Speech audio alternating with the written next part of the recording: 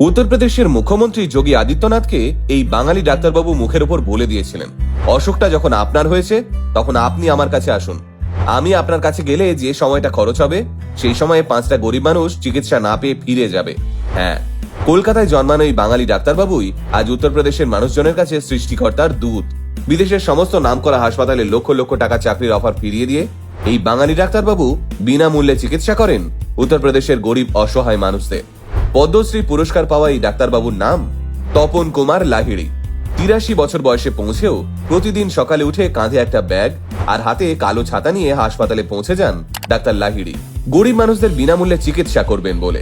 কিন্তু Kolkata medical college থেকে পাশ করা একজন MBBS আচমকা উত্তরপ্রদেশে গিয়ে ডাক্তারি শুরু করলো কেনই বা নিজের সারা জীবনের অধিকাংশ সঞ্চয় দান করে দিলেন ডাক্তার তপন কুমার লাহিড়ী? চলুন তাহলে সেই সবটা জেনে নিই আজকের এই ভিডিওতে। 1941 সালে 3রা জানুয়ারি শহর কলকাতায় জন্মগ্রহণ করেন তপন বাবু। টাকার অভাবে গরিব মানুষদের চিকিৎসা না পাওয়ার চিত্রটা ছোট থেকেই ভাবিয়ে তুলেছিল তপন বাবুকে। তাই বড় হয়ে কলকাতা মেডিকেল কলেজ থেকে MBBS ডিগ্রি লাভ করেই মেধাবী তপন বাবু উচ্চশিক্ষার জন্য পাড়ি দেন সুদূর ইংল্যান্ডে। সেখানে 1969 সালে কার্ডিয়াক সার্জারিতে FRCS আর তারপর 1972 সালে থোরাসিক সার্জারিতে MCH ডিগ্রি লাভ করেই সোজা দেশে ফেরেন ডাক্তার তপন কুমার লাহিড়ী। বিদেশের কয়েক হাজার টাকার প্যাকেজ ছেড়ে মাত্র 250 টাকার বিনিময়ে বেনারসের institute of medical science reader পদে যোগ দেন তপন বাবু। আর অন্যদিকে গরিব মানুষদের বিনা পয়সায় চিকিৎসা করা শুরু হলো সেই সময় থেকেই। ধীরে ধীরে রিডার থেকে অধ্যাপক এবং পরবর্তীকালে কার্ডিও সার্জারি বিভাগে হেড অফ দ্য ডিপার্টমেন্ট হলেন তপন বাবু। গরিব মানুষদের চিকিৎসা করতে করতে বিয়ে করা হলো না ভদ্রলোকের। অন্যান্য কলিগরা বাড়ি গাড়ি করে ফেললেও ডাক্তার লাহিড়ী নিজের সমস্ত আনন্দ খুঁজে পেলেন গরিব মানুষগুলোর মুখের হাসিতে। এরপর আচমকাই একদিন তপনবাবু সিদ্ধান্ত নিলেন, সরকারের দেওয়া লক্ষাধিক টাকার মাইনেটাও তিনি আর নেবেন না, কারণ একা থাকার জন্য ওর অত টাকার দরকার পড়ে না। 2003 সালে চাকরি থেকে অবসর গ্রহণ করার পর জীবনযাপনের ক্ষেত্রে যতটুকু অর্থের প্রয়োজনীয়তা আছে সেটুকু বাদ রেখে পেনশনের বেশিরভাগ অংশটাও ডাক্তার লাহিড়ী দান করে দেন বিদ্যালয়ের তহবিলে। এর বিনিময়ে শুধু একটাই অনুরোধ করলেন তিনি, জীবনের শেষ দিন অবধি বিশ্ববিদ্যালয়ের একটা কোয়ার্টার রুমে থাকার। ডাক্তার লাহিড়ী যেদিন অবসর নিলেন তার 7 দিনের মধ্যে বিদেশের 5খানা হাসপাতাল লক্ষাধিক টাকা প্যাকেজ অফার করলেন ওকে।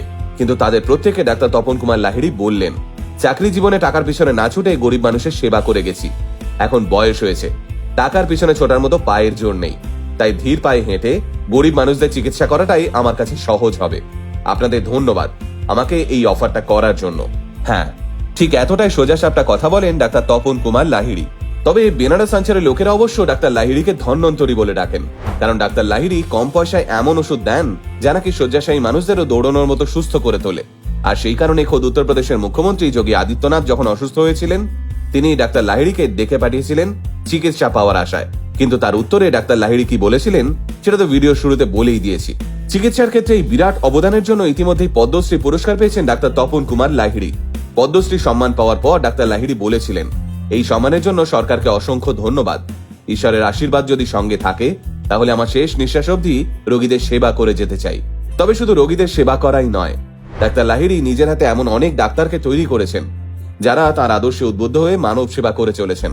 তাই হয়তো অবসর নেওয়ার 20 বছর বাদেও প্রত্যেক বছর ডাক্তার লাহিড়ীর জন্মদিনটাকে ধুমধাম করে পালন করে হাসপাতাল কর্তৃপক্ষ। হ্যাঁ, প্রতি বছর 3রা জানুয়ারি তারিখে বেনারসের গঙ্গায় গরিব মানুষেরা শয়ে শয়ে প্রদীপ ভাসান ডাক্তার তপন কুমার লাহিড়ীর মঙ্গল কামনায়। কারণ তারা জানেন যতদিন এই বাঙালি ডাক্তার সাহেব আছেন ততদিন অবধি গরিব মানুষদের চিকিৎসা নিয়ে কোনো চিন্তা নেই। গোটা আলটিমেট মোটিভেশন টিম কুর্নিশ জানায় ডাক্তার তপন কুমার লাহিড়ীকে, এই অন্ধকার সময়ে আপনার মতো মানুষেরাই আমাদের কাছে আলোর ঠিকানা স্যার।